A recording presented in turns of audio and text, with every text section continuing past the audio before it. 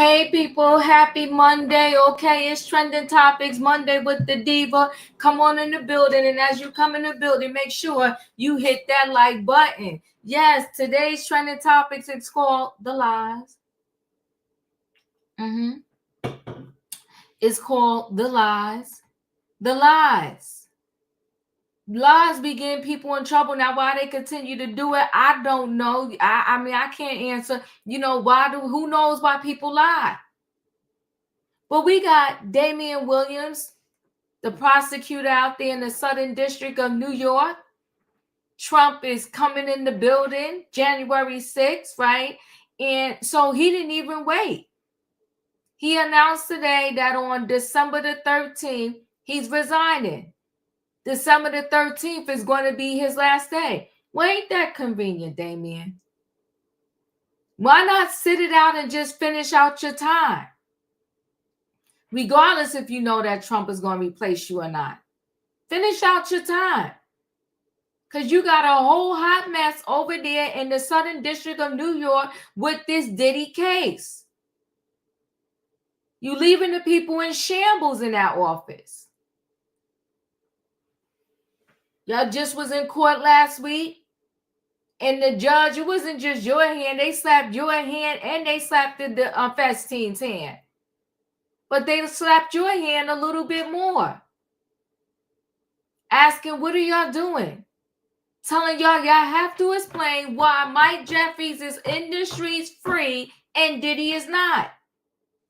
Yes, they did. They said y'all got some explaining to do. And what do? You come up today talking about you out, you done, finito. December the 13th is over for you. And I'm like, well, where they do that at? Where they do that at? What are you doing, sir? You leaving your people in the shambles? But that's what Damian's doing. We're going to talk about it over there in the Southern District of New York. He said that December the 13th, he's done. What will this mean for Diddy? And many people are asking, will Diddy be home for Thanksgiving? We're going to talk about it. We'll see. Okay. Then we got Courtney Burgess, the lies. Now, Courtney Burgess, along with the Thalia Grays, along with the Adrea English, along with this girl Misha, done messing around and fooling around and telling a whole pack of lies in these streets about their connection with Diddy is what helps muddy the waters in this case. Now, Courtney been on every podcast, running the street, up, down, all around town, talking about he had in his possession 8 tapes, and on those 8 tapes, it was about 3 to 4 minors in a compromising position. That's what Courtney said, not the diva. Courtney said this. When they say in the New York Times, when he went down there to the Southern District of New York, because the grand jury, the prosecutors, they subpoenaed him and said, oh, you got all of that on the tapes?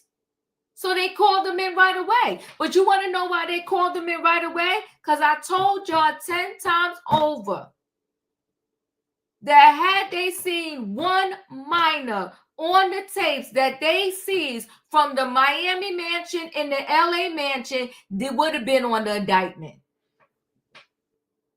I told you that about 10, 20 times. It would have been on the indictment. So anybody who even comes out their mouth and said they got proof of a minor being violated, because they know that would be able to sink Diddy's ship. They'll be able to kick him in the hole and throw the dirt on him. Done. But they ain't got it. So when they heard Courtney got it, they was like, oh, shoot, this Courtney. They start the texting and the call and said, get him down here now. Because we seen this Courtney on YouTube talking about he got possession of 8 tapes, and on said 8 tapes, there's about 2 or 3 minors. Courtney gets down there to New York and Brooklyn. They get to talking to him, and he put the whole train in reverse. I had the tapes for 8 years. I didn't really look at the tapes. There's no minors on the tapes. It's just that, and the other. Sir, this, do you think this is a joke? This is not a joke. We got a man behind bars that we want to lock up for the rest of his natural life. You're saying you got critical evidence, and now you're talking about you deleted, you threw it out, you don't have it, you didn't really see it, you don't know. Excuse me? You went on News Nation saying you had critical evidence. Now when you realize this ain't for play, and they called you down to the grand jury, you talking about you don't know, you didn't have it, you didn't watch it, you didn't see it, and you deleted it and you threw it out. And it may be evidence on your phone. He's playing games. He's playing games. So you got 4, what they thought was key witnesses. This is Drea English, Thalia Graves, who did a whole press conference with Gloria Allred. And now, where's Gloria Allred? Have y'all seen her? When Diddy first went to court, she was proud. She showed up in New York. She went to the courthouse. Where's she at now that her client is out here looking like a whole lie? Haven't seen her. What's her daughter's name? Her daughter did a press conference with one of the clients. Where is she? I think the daughter, Dawn Richard, is her client. Where she be? Where's she at? And now we got Courtney. He don't know where the 8 tapes are at. He don't know this. He don't know that. He don't know nothing. We're going to talk about it. Then Diddy's team, because both parties, the prosecutor and the defense team, the judge said, give me a letter by Monday. This judge just want to eat Thanksgiving dinner with his family and not hear nothing about Diddy until he needs to. So the judge was like, give me the paperwork. Both of y'all write up some type of statement. Prosecutors, I need y'all to write up why y'all want him to stay behind bars. Defense team, you need to write up why I should let him out. I'm going to look it over, mow it over, and I'll give you an answer one day this week. One day this week, we're going to know. Well, did he be on the Upper East Side in his apartment, his 3-bedroom apartment, awaiting trial until May of 2025 with his living security? No cell phone, no internet, which I think is crazy. How does one live with no cell phone, no internet? So somebody coming to get you, how do you say this emergency, I need help? I guess your security guards, they're going to have the phone. I don't know. But that's what they proposed. And so Diddy's team, because, the prosecution said, listen, he's violating and tainting jury by trying to put out messages out there about him being a good guy. The birthday message, with the kids singing happy birthday to him. And they said, well, hold on. All the Trump's cases, he was running his mouth the whole time, calling everybody lie, evil, this and that. They said, why can't Diddy? See, what you got to understand what the law is something with case law. Okay, now I didn't go to law school, so I'm just giving y'all the basic knowledge that I know. Anytime you trying to argue something before the court, they tell you, well, is there any historical case, anything in history that you could compare as to why I should or should not say yes? So in Diddy's defense team, they put in paperwork and said, Trump ran his mouth, why can't Diddy? And that's a fact. Mike Jeffries is out. Why can't Diddy be out? And although people want to pick out in the prosecution, they want to give like 2 differences between Mike Jeffries and Diddy. Listen, it's similar enough. And in that lawsuit, they said that man hired security And so they told these men that you cannot leave until we done with you.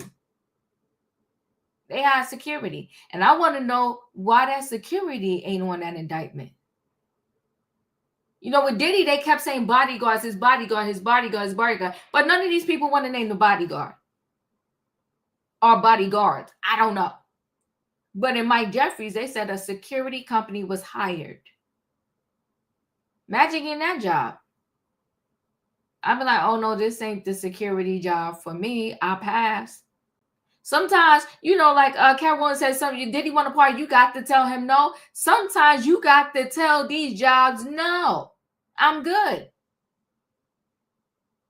I told you when I went to go do what they call per diem. In nursing, they call it per diem. It's the same thing as having a part-time job. At the jail in New Jersey, it's called Rahway Prison. When I got there, I said, no, this ain't for me. I appreciate y'all. It was a nice little piece of change, too. I said, no. Lady was telling me there's life was there, there's this, there's that. And listen, when somebody knows that they got to spend the rest of their life in jail, they're never going to get out, what's the incentive to do the right thing? They just got to want to do the right thing. Because at that point, no matter what they do, they ain't getting out anyway. And if you tell them what, I'm going to give you more time. They're like, okay, I'm already doing life. What? I was like, oh, no, I can't do this one right here. I'll go work somebody's place else. But it was too much. Whole bunch of men. I was like, no. Then they like, oh, the correction officer. I think I told y'all this story before. He'll come with you when you got to give the med to the people that can't come to the infirmary to get the med. I said, no. Did she try to send me to some lower level prisons? I was like, I'm good. This is too much. It's a lot working here. This is somebody else's ministry, not mine. And speaking of ministry, prayers out to Bishop T.D. Jakes. I believe I saw an article. They said he's doing better. Suffered a medical emergency during his sermon yesterday. He's not on the docket tonight, but I just want to say prayers go his way. We don't know what the exact reason is or what happened. We wasn't there. Not his medical professional. But I'll just say generically, stress is a beast. Stress will take you out. Yes, it will. Stress is a beast. But listen, guys, we're going to do this thing right here. We about to get into it, okay? Y'all know what I need in that chat. Come on, Natasha, I see you. I need a choo-choo. Hold aboard, everybody. Today is Monday night in this Trending Topics, and the title is called The Lies, okay? We got Damian Williams. He said enough is enough, and on December 13th, he will be serving his last day in that position. We got Courtney Burgess, a whole lot. Said he saw 8 tapes. He had 8 tapes. Somebody gave it to him. It was a friend of Kim Porter's, is a friend of this and that, and so forth and so on. But he never watched the tapes, but he did watch the tapes because he saw a minus. And then when he got in front of that grand jury, he said, no, it wasn't And Diddy's team compares him to Trump as they're trying to get him out for Thanksgiving so he could be home. Let me bring the people on in the building. Hold on one second. Hey, Felicia. Hey, Julius. Hey, Savannah. Hey, Katrina. Hey, Diva. Happy Monday, everybody. Choo, choo, choo. Happy Monday. Hey, Louise. Hello. All right, y'all. We're going to get into it. I don't think Felicia, I think she has left us, but we'll see. Okay, so we're going to go ahead and get into it. You know what? The first story we're going to do is we're going to do Damian Williams. Listen, it's a lot. The position he's in, I commend anybody who's in these high profile positions and they're in the public eye. Because listen, we all can make mistakes on our job, okay? We all can make mistakes, period. We're just human. But when you have a high profile position such as Damian, you're under a microscope. And he has successfully trialed and convicted some of these high profile cases. But this Diddy one, I think this Diddy case is beating everybody, is kicking everybody up in the booty. So let me see. Here we go. Let's get into this story with Damian Williams. So Manhattan's top federal prosecutor resigns to make way for Trump's replacement. Manhattan top federal prosecutor announced Monday he plans to resign from his post next month to make way for the president-elect Donald Trump nominee to lead the powerful office. Damian Williams said he would step down as the U.S. attorney for the Southern District of New York on December the 13th, about a month before Trump's inauguration. Today is a bittersweet day for me, Williams said in a statement. It's bitter in the sense that I'm leaving my dream job. So, one can say at least you had the opportunity to work your dream job, right? He said, leading an institution that I love that is filled with the finest public servants in the world, he continued. It's sweet and that I'm confident I'm leaving at a time when the office is functioning at an incredibly high level, upholding and exceeding its already high standards of excellence, integrity, and independence. Williams, who was appointed by President Biden in November 2021, so he's been on the job for a minute, has gone after several high-profile Democrats during his tenure, including former New Jersey Senator Bob Menendez and New York City Mayor Eric Adams. And Eric is very hopeful that Trump is going to help him out. His office secures several convictions of former billionaire finances on fraud charges, including former FTX cryptocurrency exchange founder Sam Bankman. If I'm not mistaken, they said Sam was over there in that NBC detention center too with Diddy. Williams also brought the sex trafficking charges against Sean Diddy Combs that alleged the fallen music mogul led a deprived criminal enterprise, criminal empire in which he threatened victims and forced them to take part in drugged up sex shows for over a decade. He has pleaded not guilty. Williams' announcement comes after Trump earlier this month unveiled plans to replace him with the former U.S. Securities and Exchange Commission chairman, Jay Clayton. Jay is highly respected business leader, counsel, and public servant. Trump posted on Truth Social at the time, Jay is going to be a strong fighter for the truth as we make America great again. The position requires confirmation by the U.S. Senate. Williams' deputy, Edward Y. Kim, is set to take over as acting U.S. attorney when he steps down. His looming resignation comes as Adams continues to stare down the federal bribery charges, which he denies. In the lead up to 2024 presidential election, some in the camp have viewed Trump win as a potential path to legal victory for Adams. And Adams is really hoping that too. Because listen, Trump has a bone to pick with Damian. So he might just, help Adams out. So wait a minute. So in the lead up to the 2024 presidential election, I think I read that against unpresident, Trump on his part has repeatedly expressed his belief that Adams has been railroaded by vengeful federal prosecutors. So that is another reason why, Trump may help Adams out. Julius, what do you think about Damian saying enough is enough, and on December the 13th, he's resigning? I mean, From his dream job. He was gonna be out of a job in January. I mean, you okay, this was your dream job. Say thank you for the opportunity and move on. And Trump is gonna help out Eric Adams, and and I do think he's gonna help out Diddy. I believe that I've said that the last couple of times. And so, with him stepping down, it begs the question like, so instead of doing what the judge wanted you to do, you do this. Mm. Okay, get it, got it good. Well, you just kind of revealing yourself. You say your dream job, but yeah, okay.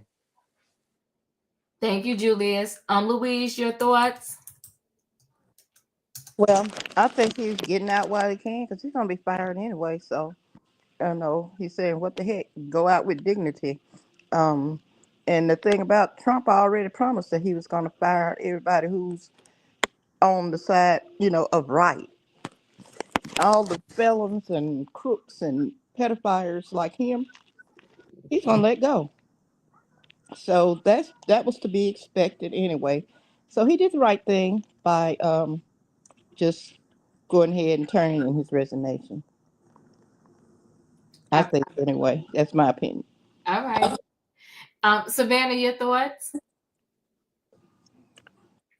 Well, I'm going to concur with the first two panel members, but they have also been fumbling the ball as well. The Manhattan District Attorney's Office with using items that were seized during his jail cell raid against him, and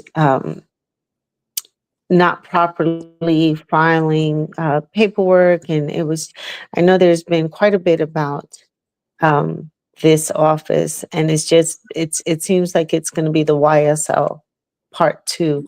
Mm. So, yet while it is correct that Trump was going to replace him anyway, um, they're not um, doing any favors to the new incoming district attorney because they had just been fumbling this case and not doing their due justice when it comes to evidence and not to account for all these sideshow players that are also in the media with their own stories of um, potential evidence that each and every one of them has. I don't know how many Kim Porter books are out there right now, but everyone is just fumbling this case to include the district court itself. So he might be home for the holidays, if not Thanksgiving, definitely for the holidays. The way things are continuously, they keep tripping over stuff here. Thank you. Katrina, your thoughts? Condolences to 48 TCO. Sorry about your mom. I Yeah. know that's a hard thing to go through. My prayers are with you. I send you only peace and light. These people in these courts are just really messing everything up. These people, they don't. It's like you went to school all this time, but you still don't know how to do your job. You've been in this position for how long, and you letting everything slip through your fingers because you're making these massive mistakes, which you're not. I mean, it just doesn't make any sense. It's totally ridiculous. The stuff they're pulling is not gonna fly over. He signed off. Maybe somebody told him to resign or something like that because the way he's handling the case. But like when Trump get in there, he's gonna do another overhaul. Hopefully, Biden would promote Jack Smith and to the Supreme Court or something so that Trump can't fire him because this man been working hard and hard and hard. I know we're not talking about Jack Smith, we're talking about this one, but it's ridiculous. It's sad that the cases that they have, they're coming to. I mean, they're supposed to be coming there with clean hands and doing this and doing that, but they're muddying the waters big time. So maybe him resigning is the best thing for him to do because we already know Trump was going to try to fire him anyway. But that's all I got, Diva. I appreciate you. Thank you. 48, if you're still there, my condolences. Dustin, your thoughts? First of all, I want to say my condolences to 48 CO, and I also want to say that I am so I think that this is very sad, Diva.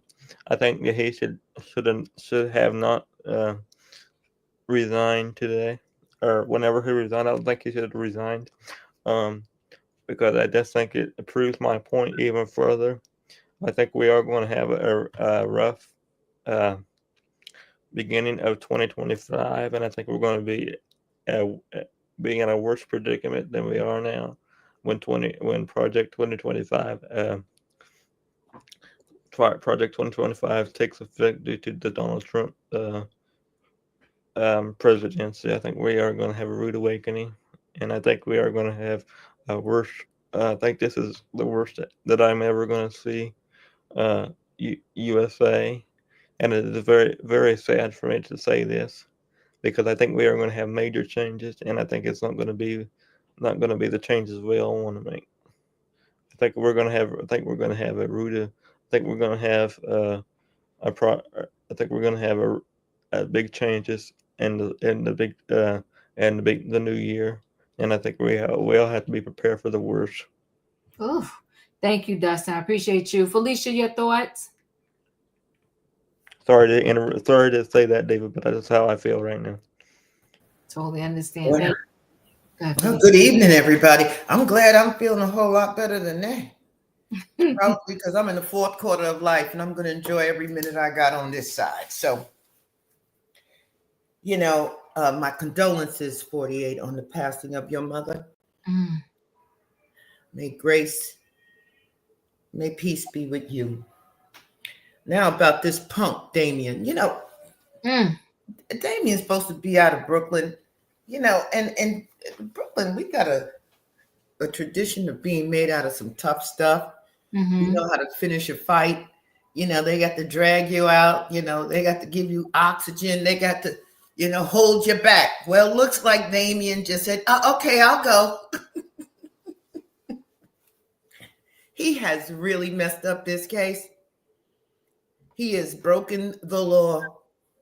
He has done some dirty dealings. He's partnered with that Tony Busby. Buzzing out there. He's back in Texas now, Tony.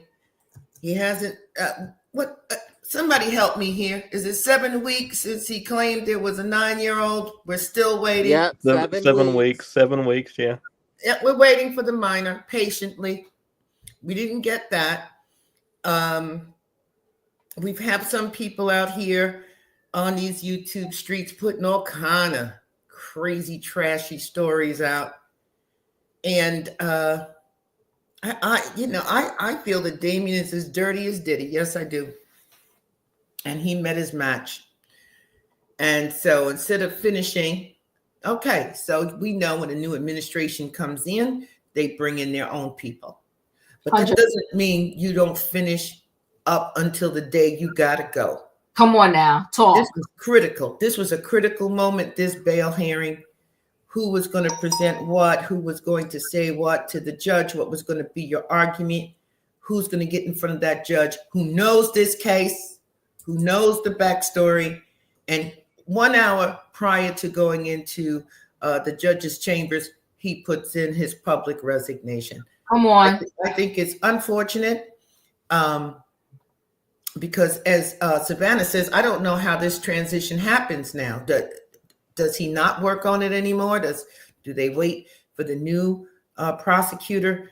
And there's a lot on the line here. As many of us have been talking, there are true victims out here. Mm-hmm. And this certainly shakes the confidence of anybody who was considering coming forward or has come forward now, because now they have to work with a whole new team. Because let's be clear, this person doesn't just come in and everybody else stays. No, they come in with their own team as well. The people that they trust, the people that they've been working with. So there's a lot of turnover going to happen. So I wish the people of New York City the best, because we're going to need it. I'm done. I appreciate you. And you talking right, Felicia. You at the 11th hour. What's the difference between the 13th and the 31st of December? or wherever date in January where they transition you over to the new person. You're not talking 6 months here. Hold out, Damian. You said this was your dream job. Let's move on to the next story. The next story I'm going to go into is this Courtney Burgess. It's because of him and people like him that did the defense team, if they play this thing right, the defense team for Diddy, they play this thing right, it's gonna help his case. Because there's all these people that want to get out there and I don't know why people need to be noticed and famous so bad that they will come out their mouth and say anything. Let me remind you first how Courtney claimed he had these tapes and so much was on it. Then I'm going to bring you up to date where he told the grand jury, I don't, I threw it out. I don't have it. This, that, the other. Hold on. Let me make sure. Let me find where I stuck this at. Here we go. 1 second. Let's backtrack and listen to him talk about what he had and what he's seen on these tapes. Because my next guest just testified before a federal grand jury. He says he was in possession of a trove of digital evidence from Diddy's freak-offs and parties. His name is Courtney Burgess, and he says a friend gave him 11 flash drives that belonged to the late Kim Porter. And if you follow this story, you'll know that Kim Porter is Diddy's ex-girlfriend and the mother of 4 of his kids. On those drives, the witness says 8 videos featured 8 celebrities at Diddy freak-offs or parties, and that 6 were males, 2 were females. The drive also included a manuscript of an alleged Kim Porter memoir, a memoir that her 4 kids insist is fake. Courtney Burgess told his story on a podcast before he told the grand jury today. And after he told the grand jury, and I mean immediately after, he booked it over to my set and he and his attorney talked to me. I should tell you that he was very limited in how much detail he could go into about his testimony. And because the 8 people in the videos, the 8 celebrities in the videos were allegedly victims of sex crimes, we know who they are, but we will not be naming them, famous or not. Here now is my conversation with Courtney Burgess and Ariel Mitchell, who's his attorney, beginning with the question of whether the participants in the video even knew they were being recorded. Were there any cameras in places where you'd assume privacy, like bathrooms? Well, I've never been in this house, but the picture, yes. That's where it took place, yes. You're aware of surreptitious cameras that were recording in private places like bathrooms. I didn't see the cameras. You could tell how the person was angled. I knew that it was a camera there because I was there. I was there. I don't know if the person was too tall, he was holding it or whatever, but I wasn't there. May I ask you this, Courtney? And Ariel, you can jump in on this as well, but I want to hear from Courtney first. Your home was raided by federal authorities, and I assume it is because of this material. Is that true? I wouldn't say that. They just went to every one of them looking for me. They said, the paperwork said the 24th, that I had to be there the 28th, and then it was the 27th. I said, I can't make it there, that's tomorrow. So I don't know. From the look of it, was 4 days. And I want to be specific. When we talk about a raid, we're talking about when a subpoena is served for documents, a search warrant or an arrest warrant. In this situation, Mr. Burgess was not in any way, shape, or form had a search warrant or an arrest warrant issued for him. It was just them serving a subpoena. So when the federal government needs to serve a subpoena, they use the Marshal Service to come to all of your residences if you have more than one residence. So in this situation, they sent marshals to all of Mr. Burgess's residences, and that was somehow construed or understood or turned into a raid, but he did not face a raid. It was just to serve him the subpoena. Ariel, do you believe that the subpoenas were issued and executed based on the federal authorities' knowledge that these flash drives existed and had this kind of compromising material? I think it was based on statements that Mr. Burgess made in a prior interview. And those statements include descriptions of what the witness says he saw on those tapes. So I asked him about that, and he answered what he could, given the limitations imposed on him after testifying before the grand jury. Out of those 8 videos, 8 celebrities, 6 men and 2 women, how many of those 8 celebrities were close to being underage or potentially underage? 2 males. 2 males.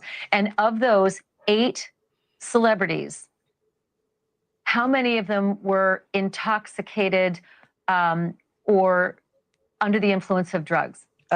This is going to be all speculation. I just want to preface it by he wouldn't know if they were. Right. Sure. Appear to be. Let me rephrase it. Based on, yes. Understand. Out of the 8 celebrities who were recorded having intimate relations with Sean Combs, how many of them appeared to be either inebriated or intoxicated or under the influence of drugs? All of them.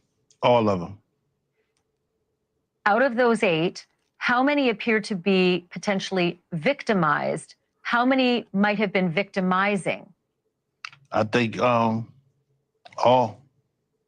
to be honest, all.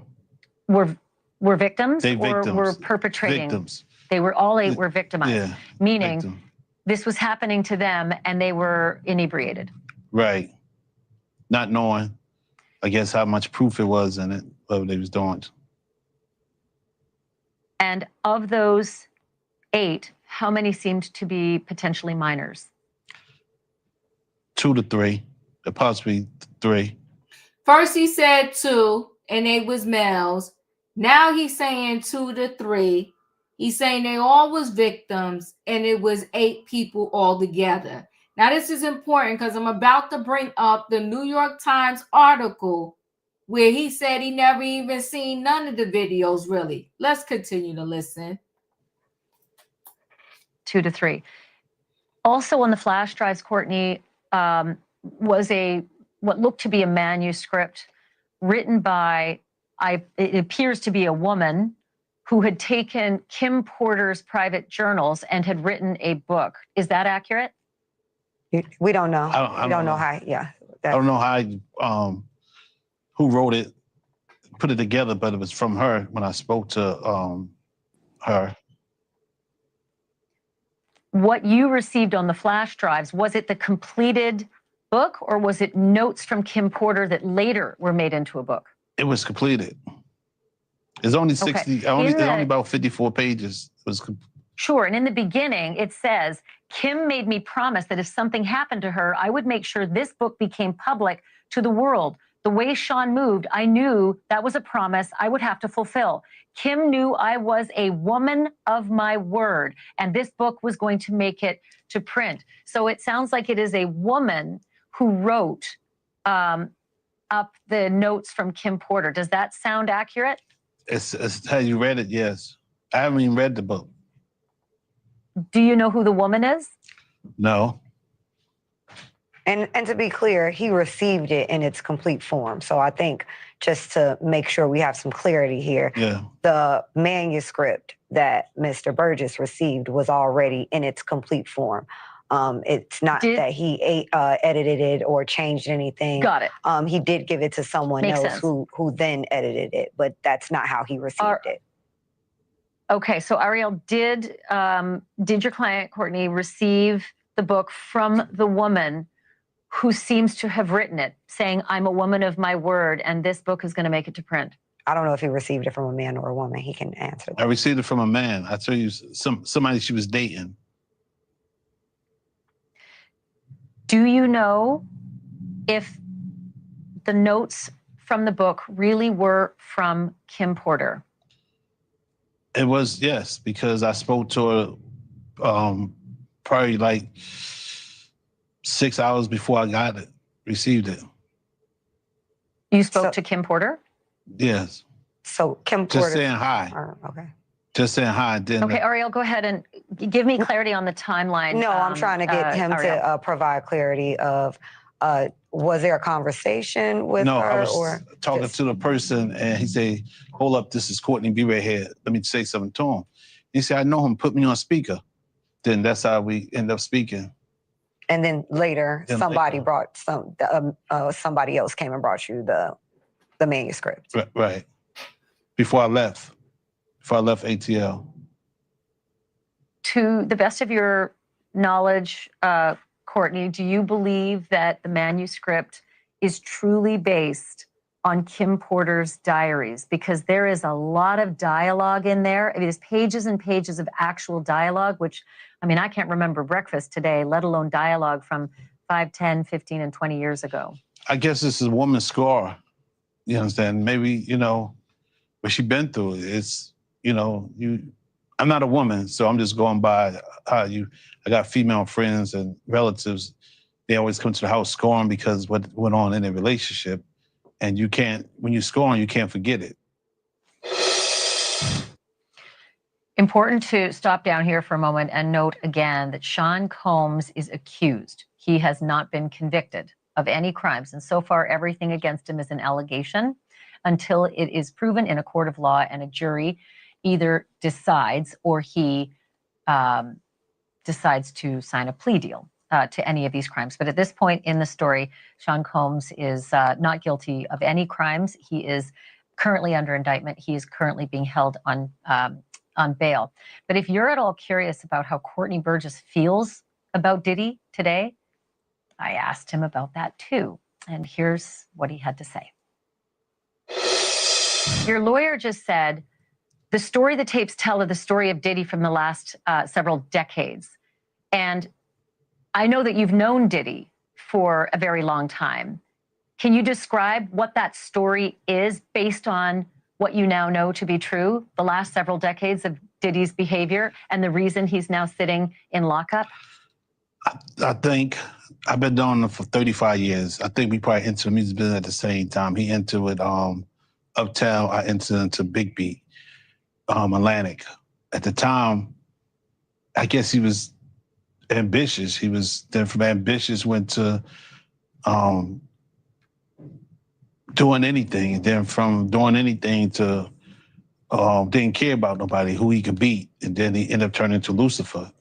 Today, I look at him, I know y'all call him Diddy or Puffy, I call him Lucifer. Child. What did Diddy do now? Okay, he calls him Lucifer. Okay. All right. So now we went through that. Now I want to bring you up to current times with the New York Times talking about how he went to the prosecutors and he said, I didn't read this. I didn't that.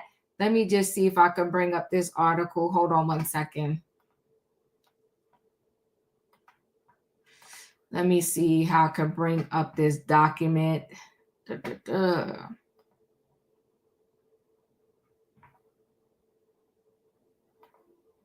think that's it. Okay, this is it. This is the document I want to is that the document I want to show you? No, that's not the one I want to show you. Hold on, let me stop the screen for a minute. I want to just bring up, I don't know why.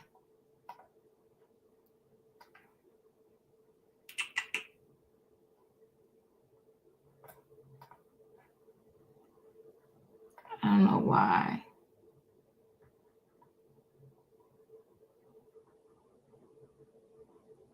Okay.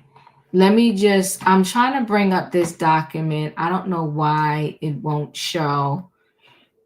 Hold on one second. I'm going to try one more time because I want to read this New York Times article to y'all.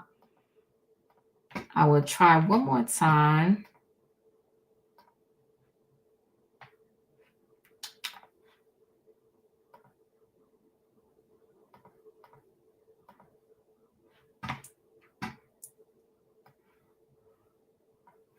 I don't know why it won't show.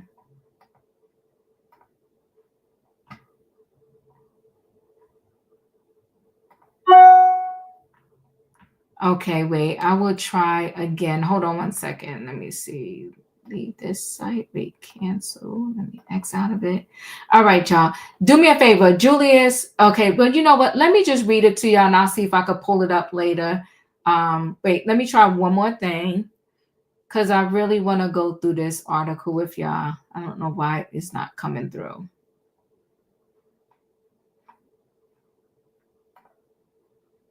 All right, I think I got it. I think I got it. Hold on one second.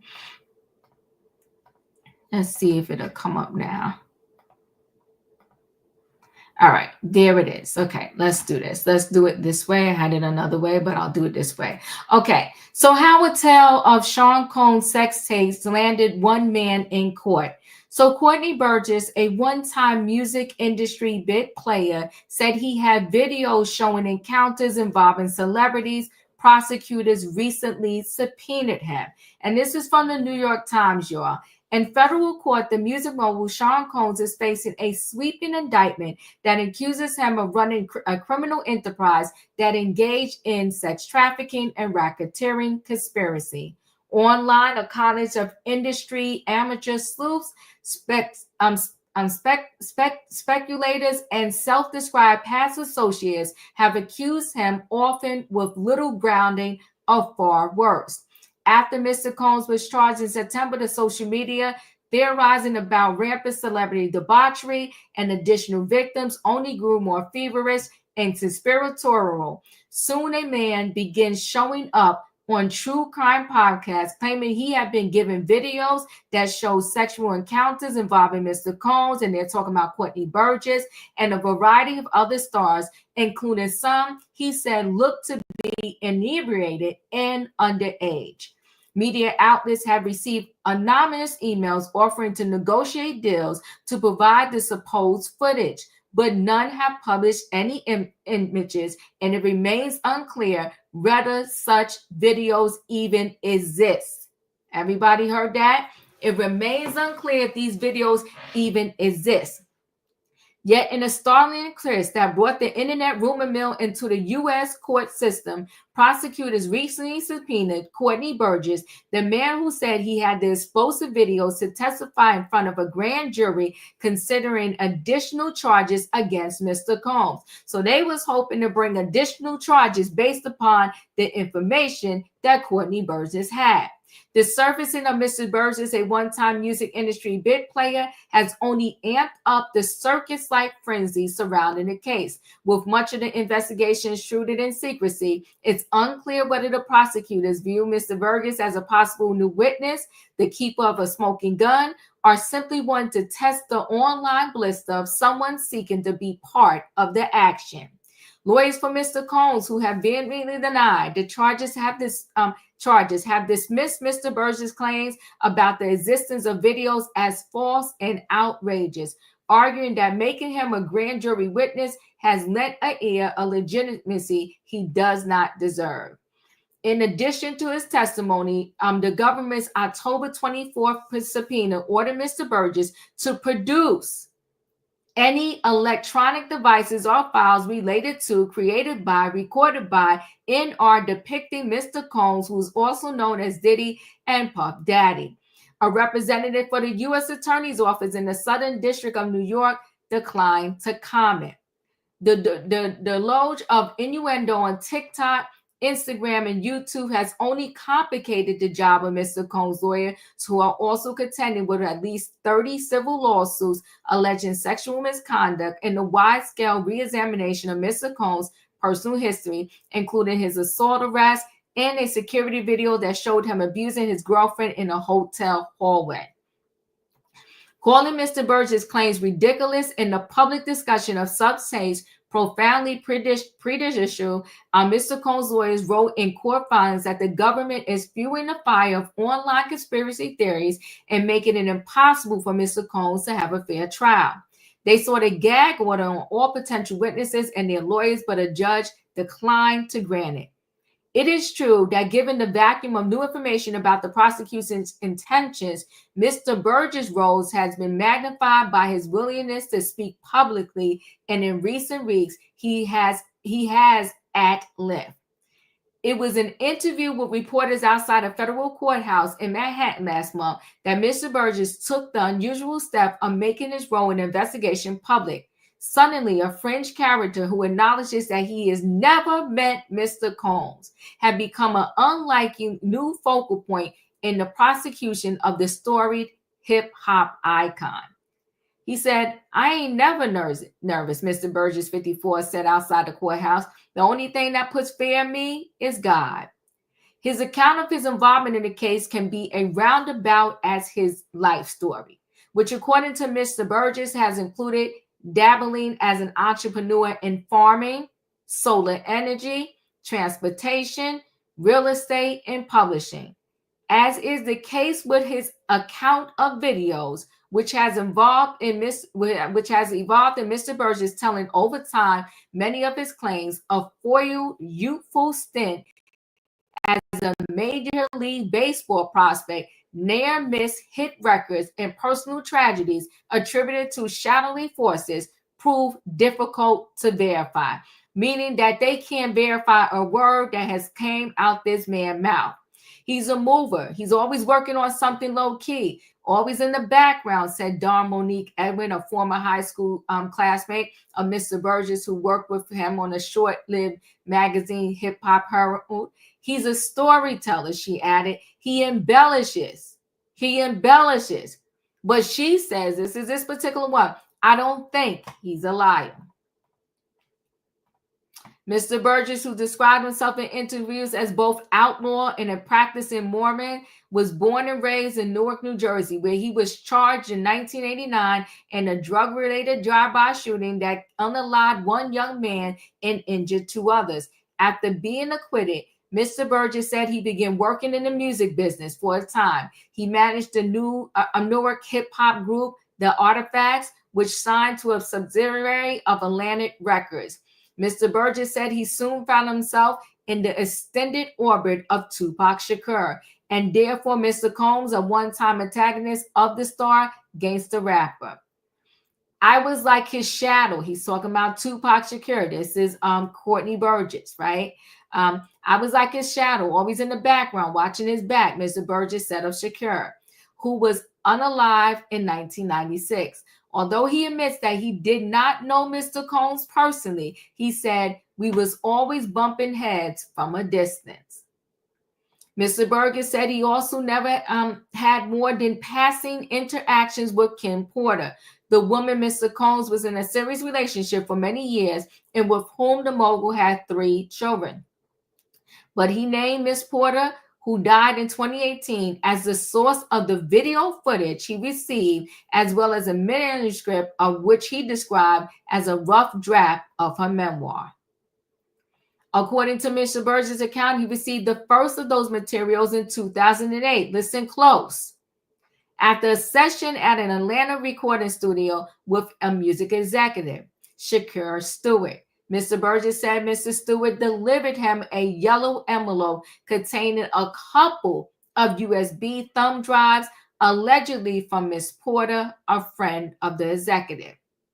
Mr. Burgess' account of when and how he received the materials, told in bits and pieces across niche podcasts and expanded upon in interviews with the Times, is difficult to corroborate because Mr. Stewart and Miss Porter are dead. Relatives and friends of Miss Porter have already dismissed it as fabrication, and Mr. Burgess' retelling is at times vague and inconsistent. "I never heard of this man in my life," said LaWanda Lane, a close friend of Miss Porter who lived with her for more than 20 years and has spoken out against Mr. Burgess' role in the case. Mr. Burgess said he did not initially realize the significance of what he had been turned over to him in 2008 because he didn't review the material on the drives for nearly 10 years. So he was given this envelope, this treasure trove of stuff. He said he never looked at it, didn't view it for 10 years. "I thought it was a demo tape, an artist she wanted me to check out," Mr. Burgess said. But he said that around the time of Miss Porter's death, he received additional files related to Mr. Combs from another mutual friend, who he declined to identify. Still, for years, he said he kept what he described as the salacious videos in the draft memoir private. Mr. Burgess can turn ambiguous when asked what is on the tapes, saying he never viewed them in their entirety. He never viewed them in their entirety, but he was confident that it was 8 celebrities. He said 6 were males, 2 were females, and then 2 of the males were minors. But then later on, he said 3 of them were minors. Now, he found all of that, but he didn't really view the tapes in their entirety. He has cited numerous celebrity names as being shown in sexual scenarios. But when pressed for specifics, he described non-P social media and paparazzi footage featuring celebrity that was widely distributed online. This summer, as Mr. Combs' trouble significantly escalated as raids on his home fueled speculation about impending criminal charges, a would-be economy began to grow from the crevices of the tabloid internet. What are they saying there? They saying that people had a newfound interest because either they was broke, hungry, crazy, or both. They know that anything Diddy can garner them some money, and that's what people have started to do. In July, through a connection in the true crime podcasting world, Mr. Burgess was introduced to Chris Todd, who describes himself as an independent author and investigator of sensational cases. The manuscript Mr. Burgess said he had been given with editing and promotion from Mr. Todd was put up for sale as a 59-page book, Kim's Lost Words, on Amazon in September, published under the pseudonym Jamal T. Millwood. It rose at one point to the top of the site's bestseller list, but after it was denounced as fraudulent by Ms. Porter's children and one of her close friends, Amazon pulled it from the website. Even as the book grabbed headlines, Mr. Burgess remained a background figure in the controversy. After Mr. Combs was indicted in September, a lawyer, Ariel Mitchell-Kidd, began publicly discussing the supposed videos. She was already a frequent media commentator on the Combs cases and at the time represented a woman who had filed a sexual misconduct lawsuit against the mogul. She later dropped that client. The client they're talking about is Andrea. Andrea, what's her last name? Her last name is slipping my mind right now. But it's Andrea is the first name. In a television interview, Miss Mitchell-Kidd said, Andrea English. In a television interview, Miss Mitchell-Kidd said she has been shown still images. So even the lawyer, even though this man said he didn't watch the whole videos, he don't know where the video's at, all this other stuff, she's saying, the lawyer, she saw still images that were P in nature of an A-list celebrity with Mr. Combs by a person she did not name who wanted her help in arranging a so-called catch and kill. Under the proposal, she outlined the video would be offered to the celebrity for purchase in order to prevent it from becoming public. Ms. Mitchell-Kidd said she declined to get involved in such an arrangement. The next month, in a YouTube interview titled, I Have the Diddy Tapes, with a true crime podcast, and Mr. Burgess, who denies being involved in efforts to sell the videos, stepped forward to claim credit for the much-discussed materials. Pressed by the host, Matthew Cox, and why he didn't voluntarily approach the government with his alleged evidence, Mr. Burgess replied, where I'm from, that's snitching. Mr. Burgess said he was then visited in late October by federal agents at his home in South Carolina, who delivered the subpoena ordering his appearance in court. He quickly hired Ms. Mitchell-Kidd as his lawyer. Mr. Burgess and Ms. Mitchell-Kidd flew to New York for his testimony on October the 31st. He said he testified that he had disposed. First, he was selling these images. Then he did not watch the image. Then he said there was 2 minors, there was 3 minors. Now he's saying he's disposed of the original flash drives containing the videos, but that his phone and email may have also contained copies. And that's why they seized his phone. In an interview, Ms. Mitchell Kidd said that immediately following Mr. Burgess' grand jury testimony, which she was not allowed to observe, they attended a hearing with prosecutors about a dispute over the breadth of the subpoena, which ended with the government modifying the subpoena to just cover Mr. Burgess' phone. Ms. Mitchell Kidd said she could not confirm the contents of the device. Right now, as it pertains to grand jury, I think his role is over, she said. And Mr. Combs faces additional charges based on information from Mr. Burgess' phone. Ms. Mitchell Kidd added, that's another story. So at the end of the day, he's a whole lie.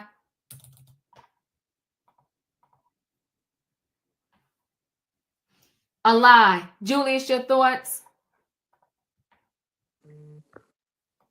He's a hot, filthy mess. Mm-hmm. A hot, filthy mess. Just wanted his 15 minutes. That's it. That's all. Savannah, your thoughts?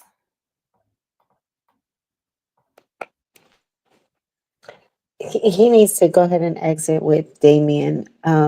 I think what is this 0-2 for the lawyer there, for not vetting her clients correctly. I think him and Ariel deserve some of their own charges. This is exactly why Diddy feels confident that he will be home for the holidays. I don't know how people find this, that they don't feel like they're going to get in trouble. They find this entertainment, or that they want to be part of a story that really is an awful part of American history. So many real victims, and just abhorrent things have occurred, and they just, I'm so confused. First, it's 8 people, it's 4 people, 2 people. I have them. I never been to his house. We don't know each other, but we butt heads from afar. I don't know what that means. He clearly doesn't run in the same level or the same circles as Sean when he was out. So it's like somebody. I thought he was obsessed with Tupac, but I think his obsession is more with Sean. I not understanding. So I hope that the feds keep putting their foot on his neck and making him and Ariel more and more nervous, and put some charges on them for obstruction and just being straight out fools and liars, because I'm so lost with this story, and it's too late to be backpedaling, sir. You wanted to be, and I think they used Kim's name because Kim is not here to defend herself. So they're gonna put in there. So she gave somebody the notes who went back and rewrote them.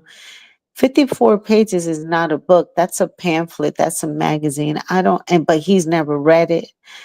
If this man don't get off my screen, I'm so confused. And I actually started writing notes and I got lost when you started reading your article, Diva, because I was like, wait a minute.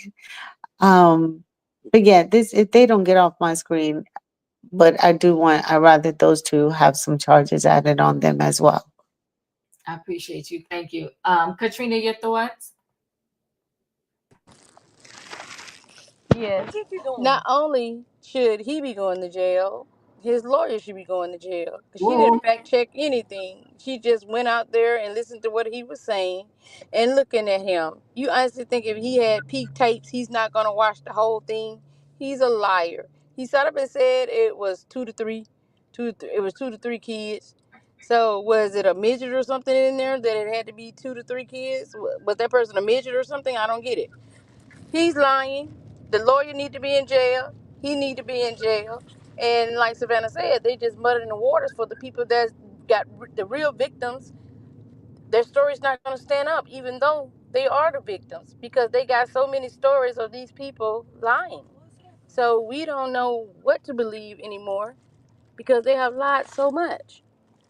And for him to sit up there and bring out. So you got the flash drive, but you don't have the flash drive anymore. You got this, but you don't have this anymore. It's crazy. It's crazy, and I hope that those kids get justice, because I'm quite sure they're tired of their mom being dragged into every scenario that's been put out there, and it's ridiculous and sad. So we'll see what happened with this, but he need face charges, and that little lawyer do too. That's all I got, Diva. Whoa, whoa, whoa. Louise, your thoughts? He's a liar and the truth is not in him. Whew. Did I hear you correctly mention something about him doing some publishing or something? He did everything. He said he dabbed in, he's an entrepreneur. He did farming. They said he said he could have been in the baseball league. Okay, well, that explains the lie about the memoirs that Kim wrote. He probably did that himself. So I'm with Katrina. He and his lawyer should go to jail because both of them lying. And she should be ashamed of herself. She should be disbarred. That's all. Ooh, you said disbarred. All right, Felicia, your thoughts?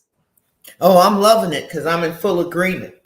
I think things like perjury, extortion, bribery, filing a false report, all of that should be considered. I don't know what he signed when he went over there to see Damian. Yeah, let him go away with Damian. Maybe who said it? Maybe Damian can represent his big barrel.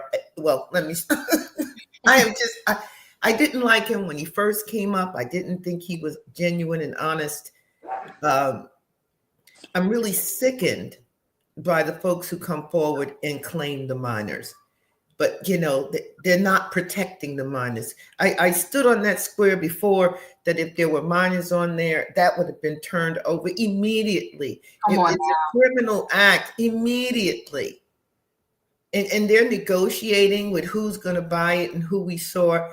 I don't know if people responded to them and paid money or not. But I think this New York Times profile has exposed him on a big level. Oh, come think about it. Maybe some people who are friends of people at the New York Times told them, and they decided to expose this guy who had maybe been contacting him. So bye to Courtney and Tony Busby and Damian Williams and Ariel Mitchell Kidd, Lisa Bloom and Gloria Red. Goodbye and good riddance. Goodbye and good riddance. Yeah. You know, Courtney is a hot mess, and for him to be telling these type of lies is very dangerous. It's very dangerous. You didn't watch it, and then when you do start to tell stories, you telling stories that on videos that are out there in the public for the paparazzi to see. And I wouldn't be surprised if he might have got some money from some people off of the lies he told about these tapes, trying to do this catch and kill that they call it. But we're gonna roll into this last story.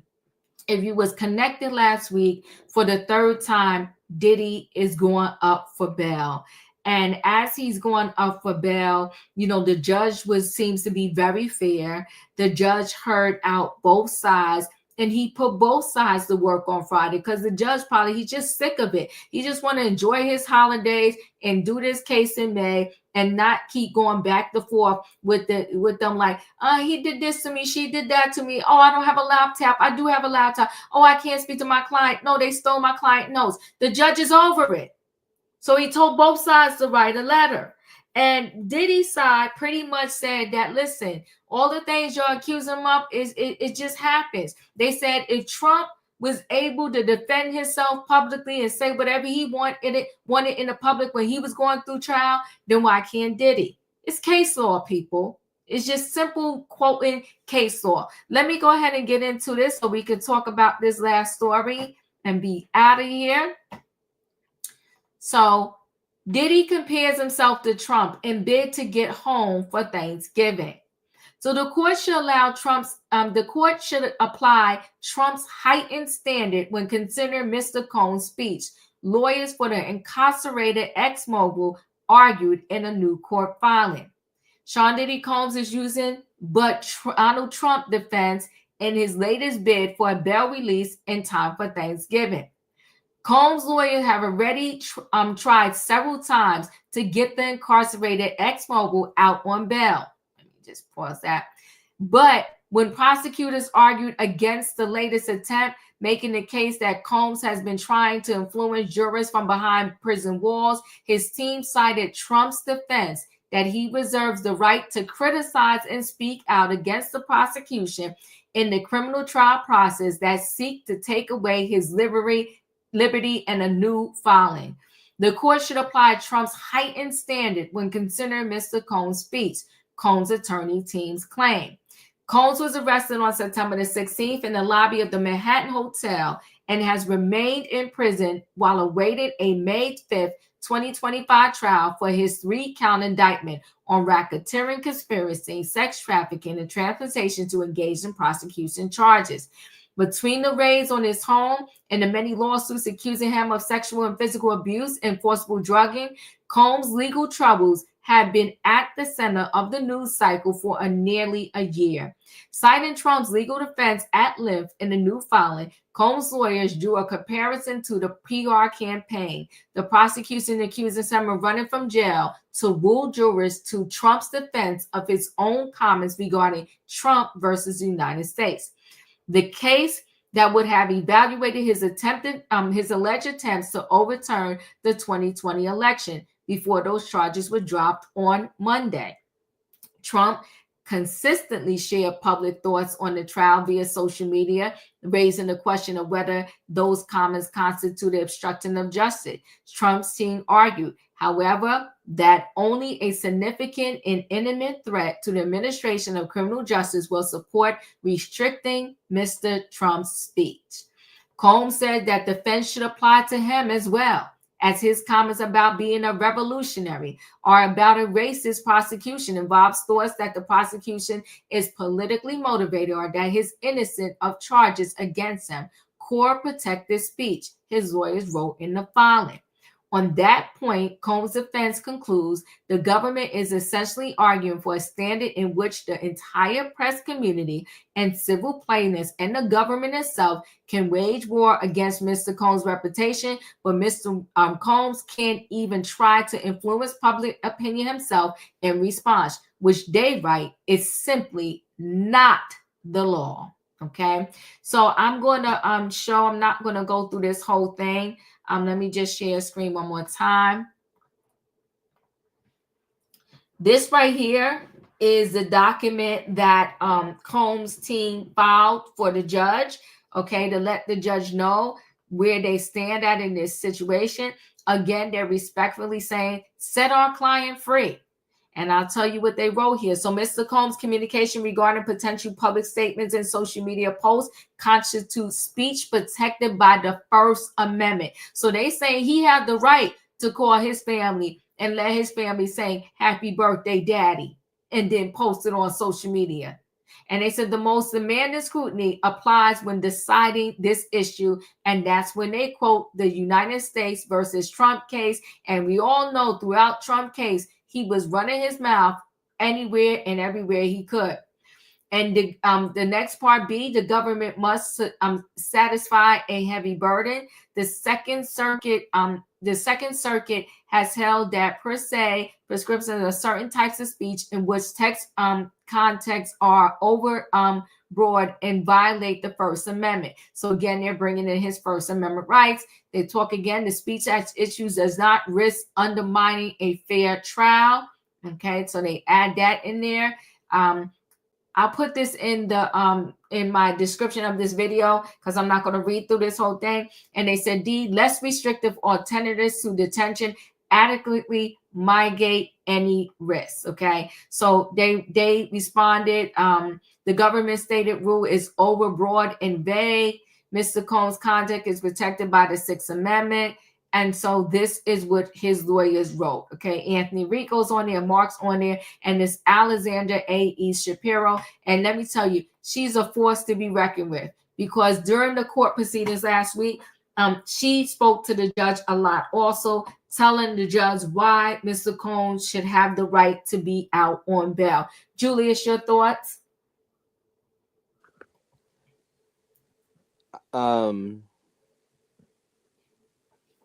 What Diddy did was horrible, but if the white man could get out on bail, why can't Diddy? They both got money.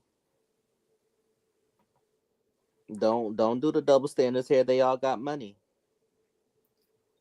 But it's like y'all want to attempt to hold Diddy to a higher standard. Miss me with that. Thanks, Julia. Savannah, your thoughts?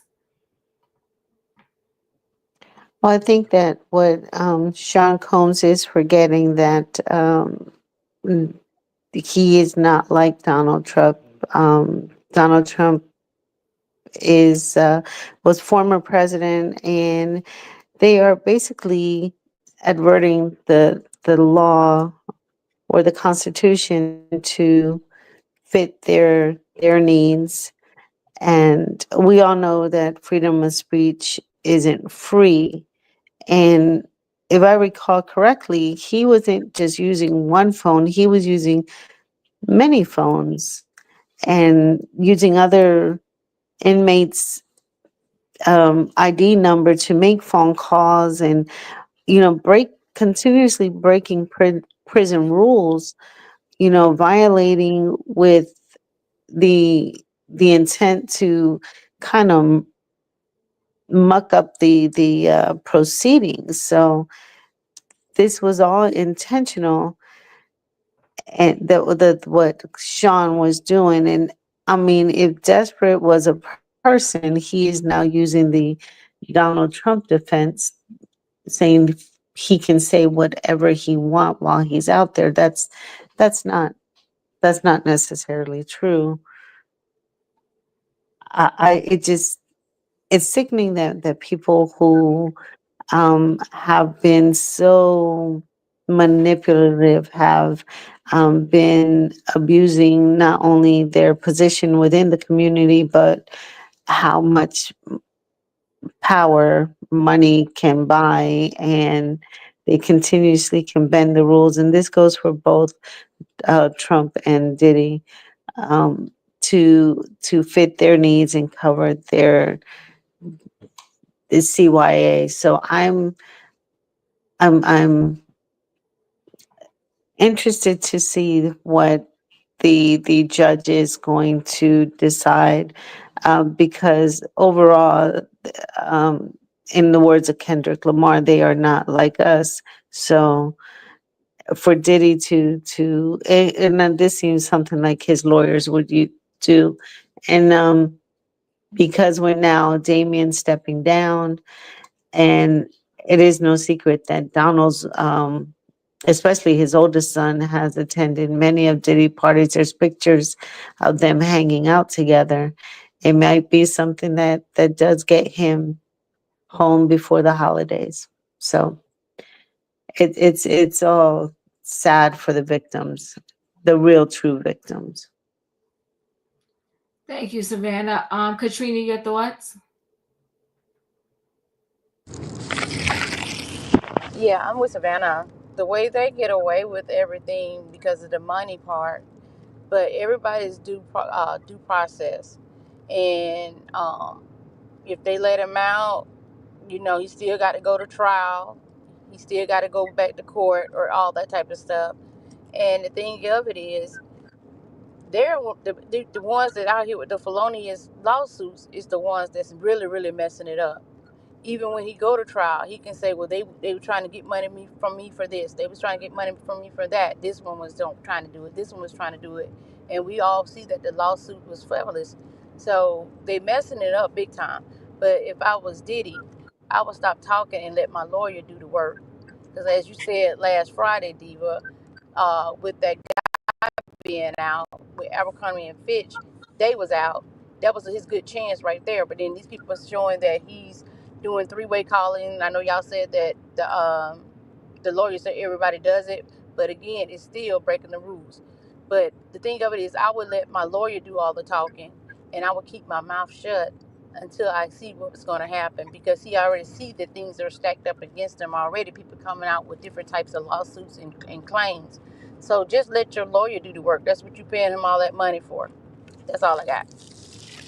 Thank you. Louise, your thoughts? Well, we all know Diddy did it, and I'm mighty afraid that he's gonna get off.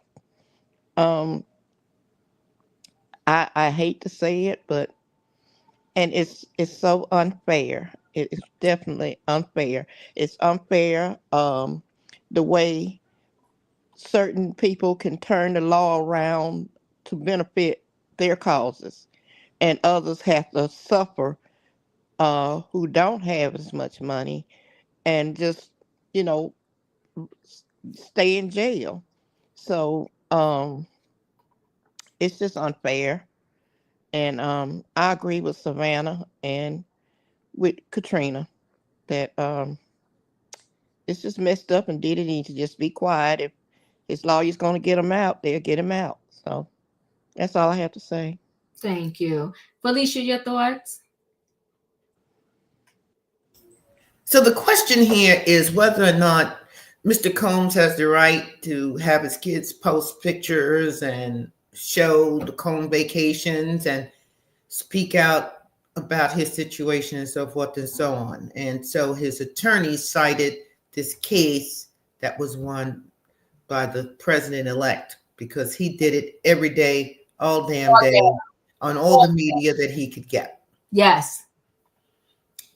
So I say if it was reviewed by, I guess, a federal appeals court, and they said that there wasn't a problem, I understand that they're moving to dismiss some of these charges. It should be for everybody. It should be for everybody. You should have the right to speak, whether you're incarcerated or on the street, whether you're in a plane or you hiding out in your one-bedroom apartment. I don't know, but you should be able to speak. We do have this dual system, and I appreciate what Julia said. You miss me with the nonsense. I talked about this income inequality piece on Friday. So I think this is what we see, a reckoning with this income inequality. Mm-hmm. So when DJT did it, and he don't even have as much money as Mr. Combs. He does not. So they said, okay, well, that was all right. So it should be all right for him too. And that's my position. I agree with you. And I think that's the whole point of this situation is that by law, when we want to do the okie doke, when people want to try to treat you in real life a certain type of way, they can mix up the rules however they see fit. It ain't right, but they do it. If you work at Target and they say everybody need to come to work on time, or they're going to, after 3 times, they're going to get written up, they can't write Felicia up and not me. They may do it, it ain't right. So what they're saying in this case is Trump was able to say whatever he wanted to say while he was going through his trial. Called the people stupid, said they don't know what they're doing. This is a joke. He was in court looking like he was falling asleep and all of that. So they're saying what is good for the goose is good for the gander. If Trump was allowed to run his mouth and say whatever he wanted to say, they're saying, why can't Diddy? And they're saying that what is the big deal? How's he obstructing the jury any more than the prosecutors are by allowing, because they didn't want to do a gag order. So what was he supposed to do? They didn't want to do a gag order. And then you got the Courtney Burgess out here inciting the people because we're still looking for the minors. He said in that interview, and I think there was 8 celebrities. There was 2 minors. In the same conversation later on, they asked him the same question again. There was 3 minors. He don't know Diddy. He just passed by Diddy. And Kim Porter trusted her evidence in the hands of somebody she never even spoke to and didn't know. Does that make sense to anybody? He said before she died, he was somewhere and some mysterious person, he's not naming names, first person name she named, he handed him this manila envelope and he did not look in the envelope for 10 years. Does that even make sense to you? He thought it was an artist that she wanted him to see, but he knew it was all of these USBs. But you thought all of that was some artist she wants you to hear, and you in the entertainment business, and you get a gift horse of an artist, and you don't go home and listen to the artist? The people are telling a whole bunch of lies, but see, what they're dependent upon is nobody's going to look at the little minute details. They're going to hear Diddy was in tape filming people unbeknownst to them, and out of those people he filmed, there was 3 or 2 minors. And then everybody just keeps running with the story. He's a monster. He filmed these people they didn't know, and in the monster filming, there was 2 minors, and later on, Courtney comes out talking about he threw out the tapes. Something might be on his phone, it might not, and he never saw all the tapes in its entirety. And let's just roll and pretend he's telling the truth for 1.2 seconds. The minute you saw someone in a video violating a minor and you didn't go to the cops, they should have locked you up too. Because you got a whole evidence with tape of a minor being violated and you said nothing. That don't even make no sense. And then you destroy the evidence. So that's why you should be in that MDC center right with Diddy. Because one would think you trying to help Diddy because you destroyed the evidence, you threw it out, and now you think there might be some files left on your phone. Sir, go sit down somewhere. But what they do know is that once that image, once that those words are out and in somebody's mind, all they can think about is he's a monster. None of us have yet to see any clear, concrete evidence outside of the video from 2016 with, unfortunately, Cassie getting, he put his hands on Cassie and his feet or whatever else. But I'm telling y'all, if the Southern District of New York already had all of that stuff that he sees from his house, a videotape with him and some minors, they wouldn't have allowed that man to come to New York to turn himself in. They would have went down Miami and got him. Matter of fact, remember when they raided his homes? They caught him at the airport. Now, granted, they didn't get to look through the evidence yet, but if they knew so much, because everybody loved to smack me in the face, Diva, they don't raid your home, they don't come to get you until they have their case. They caught him at the airport. They didn't take him, they took his drug mill. And they told him, go ahead on with vacation with the girls. And the only reason why he was pacing back and forth at that airport is because they took his supplier. And how does he get on the plane to go anywhere when allegedly he's highly addicted? Where he gonna go without his pink stuff? We'll talk over here if y'all want to talk. But I'm going to end it there for today. But there's a lot to talk about. You got a lot of these people that are or running their mouth for real, and they're turning out to be whole liars. What victim do you really want to know? If they're naming themselves as Jane Doe and John Doe, do you think they really want to come on YouTube talking about Diddy did this or that? That Andrea English, she's so traumatized, but she on the internet talking about the. I would save my traumatized story for the prosecutors, for the grand jury, or whoever else, and I wouldn't want to be telling it every day. I would wait to tell it where it's important, and then you're going to lock this man up. But no, I wouldn't be telling it on Diva's channel, this one's channel, or so forth and so on's channel. Bad enough, I'm going to have to go to New York to tell it. And then they're going to question me. Listen, guys, y'all know what to do. Y'all know the routine. If you didn't hit that like button on the way in, do me a favor, hit the like button on the way out. D was working, y'all. D was working. And the least y'all could do is hit the like button. I'll see y'all in the next video tomorrow night, Tuesday night, for trending topics. In case y'all are traveling for the holidays, enjoy, safe travels.